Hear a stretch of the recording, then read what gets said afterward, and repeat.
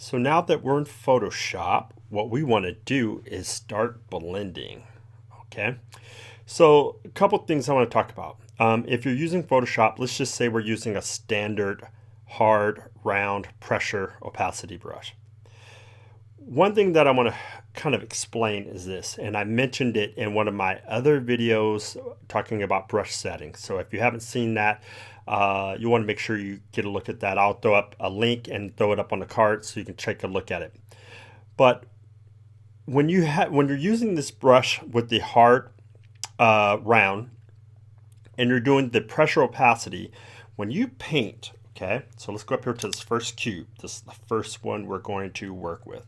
So I'm going to zoom in, come down, get close. All right, actually step back a little bit. All right, if I take this brush and I apply the paint and apply heavy pressure and then start to do soft pressure sensitivity, you can see I can control the value range of the brush. But you'll notice the transition between the steps, it's somewhat challenging to get a really smooth transition. So what I do, one thing that I do to start with is go up here to the settings. Under transfer, I like to have pen pressure on. Okay, so that's one thing that I like to do. Okay, let's close this. Now, will this make it perfect? No, it will not. Let me just show you what's going to happen. It's going to allow me to have a little bit more control and fidelity with my pressure sensitivity, okay? But it will give you these choppy transitions, and this is what usually most people are frustrated with in Photoshop. So one of the main things that you'll see is this. In Photoshop, when people start working, one of the first basic ways to blend is this.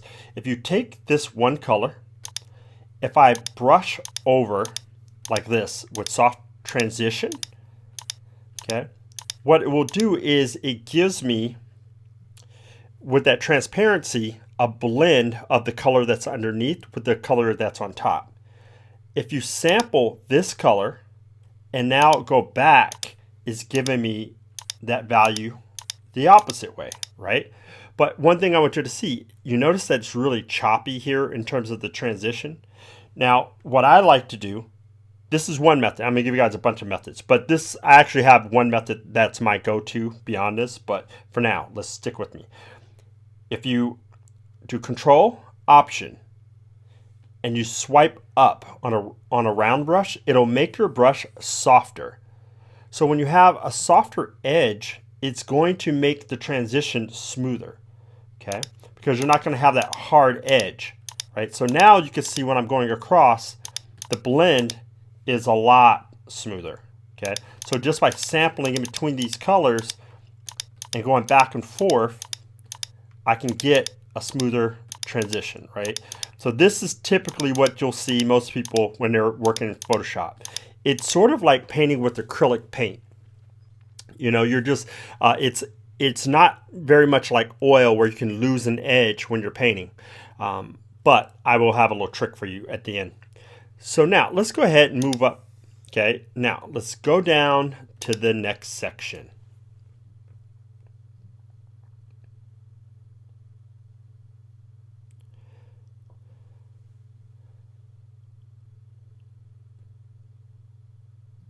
Now here what you can do is, okay, if I turn the flow down and then I make this completely soft, okay, turn on this airbrush, what's going to happen is if I hold down, there's a continuous spray.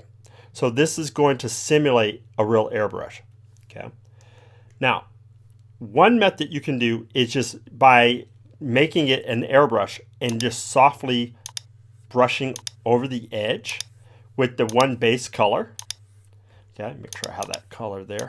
And I just keep brushing down and it'll eventually lose an edge and it'll become soft and diffused, right? If I did it, obviously, the same way, going back the opposite way, I can get it more diffused. Okay, so this is using an airbrush method.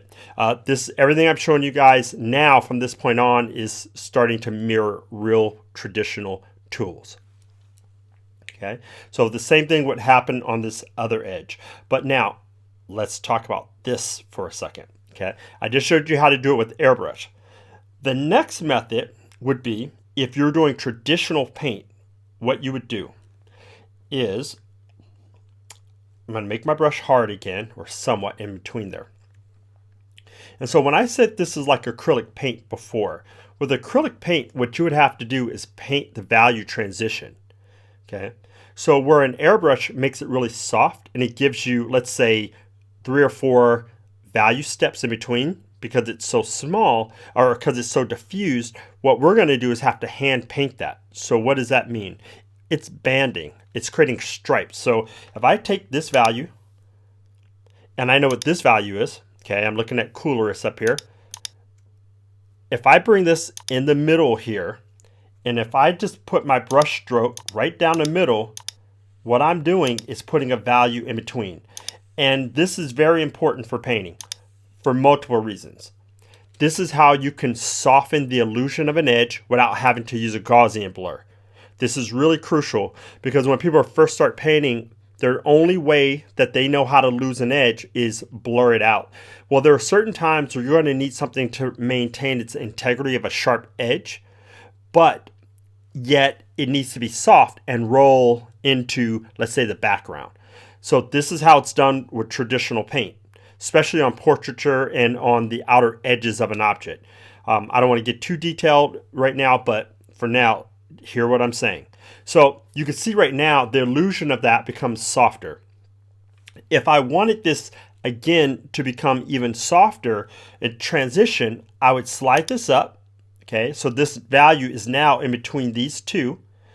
And now what I'm going to do is just paint a value here. Okay, paint it down again. So now I just created 2 little strips of color, but you'll notice it's starting to roll the transition. If I grab this value, I drop, and just make it a tiny bit darker, and then I brush down here, it's a value in between the two, and it starts again to roll. Okay, so that's how you would do it with traditional paint. You can use it with textured brushes. You could do it with a basic round. The brush tip or the brush that you use is irrelevant. It's the value that matters. This is how you do it if you are a painter. Okay, so let's come up here for a second. Now what I'm going to talk about is this. Okay, let's get to my section. I have some brushes that I've turned into blenders. And I'm going to give you guys a good base of these as a starter kit at the end of this video. So stay tuned for that. So let me go ahead and get to that right now. Okay, so now we have my blender brushes. Now, what you're going to see here is I have a lot of different ones. They have some will have texture and some do not. What the blender brushes that I'm going to give you, the majority of them are going to be mixer brushes in Adobe Photoshop. They're already set up to be blender brushes. Okay. Now, what this means is if I grab, let's say this first one's called Just Add Water. Why I named it that is in Corel Painter, they have a blender called Just Add Water. I came into Photoshop and created a brush that simulated that brush because I like that brush a lot. Okay, so now let's take this Just Add Water. Now, when you're blending, okay, the beauty of this is I'm going to show you. If I create a new layer, and this layer is sitting on top, the way I have these blenders set up, ready for you to go, you can blend on an empty layer all of the contents that are beneath it onto that empty layer. So if I come here and I brush down here, right, you'll see that this is allowing me to blend the transition out. There's no color coming from this. It's just allowing me to blend. Now, with this brush, let's just see what we have here. It's just a textured brush I have it set up to transfer. Okay, it's just a basic round. And the way I blend is this. I see a lot of people, and I see a lot of different tutorials, people will blend across the form. Okay, and actually let me go to I'm going to grab a coarse texture. They're all going to do the same thing. The characteristics of the brush are slightly different. So if it's coarse, it's going to have a little bit more tooth. And also, reason why I'm going to use the coarse brush is because when I'm doing this tutorial, Camtasia and having all these applications open, it's making some of this drag a little bit. So that's why I'm going to use the coarse brush. But just that water will work for you fine. Now, so let me explain this. If you brush sideways, so this is what I see people do a lot. Or they'll brush this way, and then they'll brush this way, right? But what you'll notice with the transition, it's not smooth. Okay, so what I tend to do, if you notice in that first part of this video or this demonstration, is I come across the seam. I put my cursor on both sides. Okay, so let's Command Z back. I'm basically holding down Command Option Z or Z to go back multiple steps. Now, if I take this, I'm over the seam over both sides. And if I brush down on both sides like this, what it will do, it gives you a smooth transition, right? This is how I do it, right? The only time I blend across is this. I never go zigzag for the most part. I'm going to say I never do that, but who knows? You'll catch me in a video where maybe I'll do it, but typically I don't do that. This is what I do. I go from blue across because I want the transition of the color of the blue to trail into the turquoise. Or I would do it the opposite way. It's because I'm trying to crosshatch form.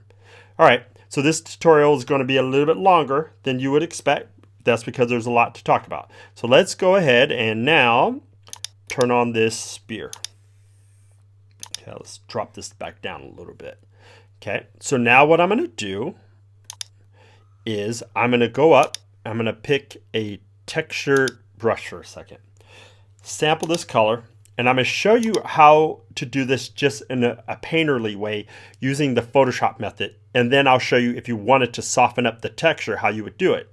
Okay, so for example, I come in here, I pick a darker value. I start to brush this in.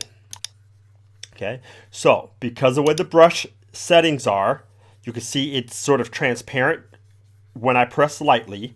And if I press hard, it becomes a little bit more opaque. Okay, so I'm just going to block in more pressure where I want it to be darker. And when I start to come up to the lighter section, I press lighter. It gives me that transition value. This is more of a painterly looking textured spear. Okay, now what do? If I eyedrop this value here and start to brush over, it gives me that texture back over the other side, right?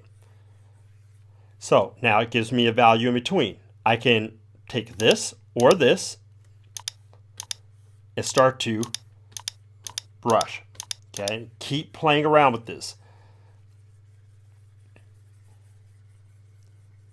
Right, so I'm going to sample to go back over that a little bit. And I could keep doing this until I get what I want. So basically it becomes an eyedrop, paint a little bit, eyedrop, paint a little bit, texture kind of thing. Now here, I want to break up this perfect transition of that line a little bit. I don't want to get caught up in doing a paint demo per se, but let's say here I'm going to grab this, come up and paint a little bit into reflection, grab a little bit of this, paint, grab this, and go back down. All right, so that's sort of the textured Photoshop method. Let's say I wanted a specular highlight. So grab this, make it a little bit lighter. I'm going to make this a little bit smaller. I come in here, press down with soft pressure. It's more transparent. I press harder, then I press soft, and then it starts to give me that transition out, right? And now I'm getting a textured spear. grab this, eyedrop, and I can start painting around the edges to smooth it out. If I want to smooth this out here, I'm just eyedropping. Now, what if I had all this texture and it's very abrasive to me? It's a little too much. I want to tone it down. So this is where, again, I'm going to drop back down to my brushes, my blender brushes, okay? And I actually have some blender brushes in here that have a little bit of texture on them. So if I wanted to smooth it out, so let's see, maybe I'll try this one. Let's see if this one works, okay? So I'll take this and I start to blend, and actually I could blend it on this layer or another layer. So let me just show you that as an example. So I create a new layer and I take this textured brush. If I just start to brush over this, notice there's a texture to this blender and it allows me to blend. Notice when I'm painting this and I'm blending, it's going outside the edges. Let me just show what a clipping mask is. If you go to layers over here to the side, there's a keyboard shortcut and I'll tell you what it is. It is create clipping mask, Command Option G. What this is going to do is make sure whatever I blend on this top layer is clipped to the spear that's underneath, okay? So that means I don't have to worry about this going way outside the edges. And here's an example where I would push the value down so the white is not coming in too much. So I'm pushing out that way. I'm pushing around the edge here. And you can see I'm getting a textured transition of this spear. Now, I think this is a fantastic brush. Any of these brushes in here that you see, if it's labeled DPT, that means it's digital painting tips. I made it. And those are the ones I'm giving you. If it's so, okay, let's keep going. So we saw that. This is how you do it. If I wanted to make this a little smoother, I would go to digital painting tips, just add water, just so you can see and what this would do. And let's do one more layer, Command Option G. And this one, I'm just going to softly, just barely glaze over this. I don't want to lose all the texture, but let's say I want to just smooth it out just a little bit. You can see I'm knocking this back just a little at a time, right? But I'm still keeping my painterly effect. So again, I think this is pretty cool.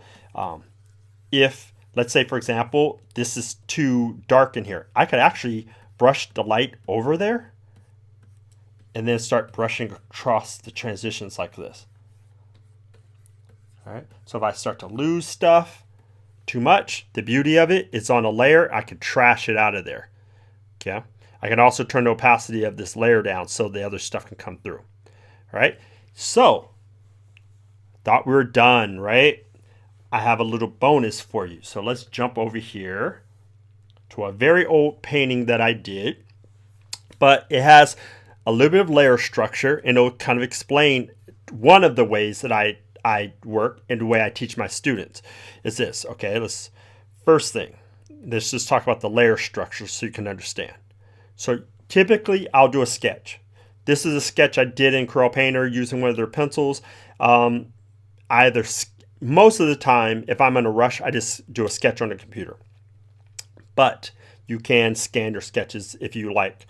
So what I do, I usually drop in a flat background. I put all my texture, color, whatever.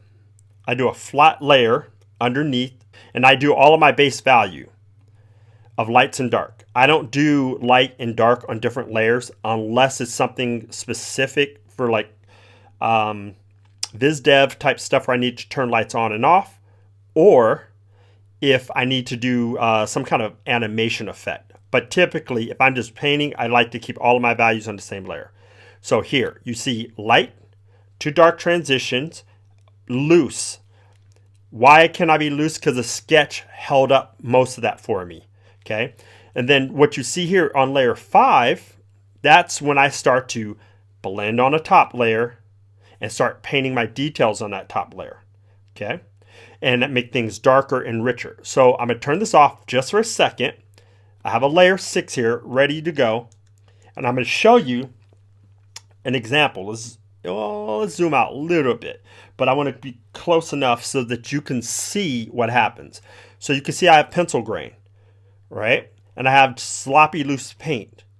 with just using the Just Add Water or any of these brushes in here, depending on the style that I want it to be, I come in and I start to brush softly around the edge. Now look at the nose. You're going to see the grain slowly start to fall out. Okay. If I need to lose an edge on any of these highlights, I can. Make this brush a little bit smaller. Okay. All right. So you can see already on this nose, I have the transition and that grain getting knocked out. Right. So if you look closely, you can see there's a little line in his nose here. You see lines all over the place.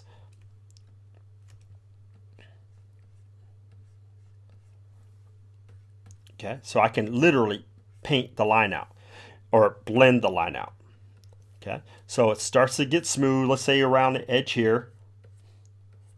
Knock this back a little bit. And again, computer's dragging a little bit. Let me go ahead and save the file. Okay, so I just blend. Now, keep in mind the blenders will sometimes drag a little bit because there's a lot of information to calculate. If you have, the blenders will drag if you do it the way I'm doing it, where I put the layer on the top. If you blend on the actual layer, it actually runs a lot smoother. If you do this as Corel Painter, it actually works very, very fast, very fluid. I use both, so the methods that I use, I try to, in terms of painting and blending, I try to keep them somewhat the same. So let's just go ahead and turn this on and off for a second, just so you can see a little bit of what's happening here. Okay, so look at the nose, side of face, turn that back on. And that was just a matter of a couple minutes. Now, what I typically do is I go in and I'll smooth some of this out. And then what I'll do is I'll go back on top of this and put some paint. And I'm not going to do a full demo here. I will later on, but this will kind of explain this. See if I have a brush here I can paint with.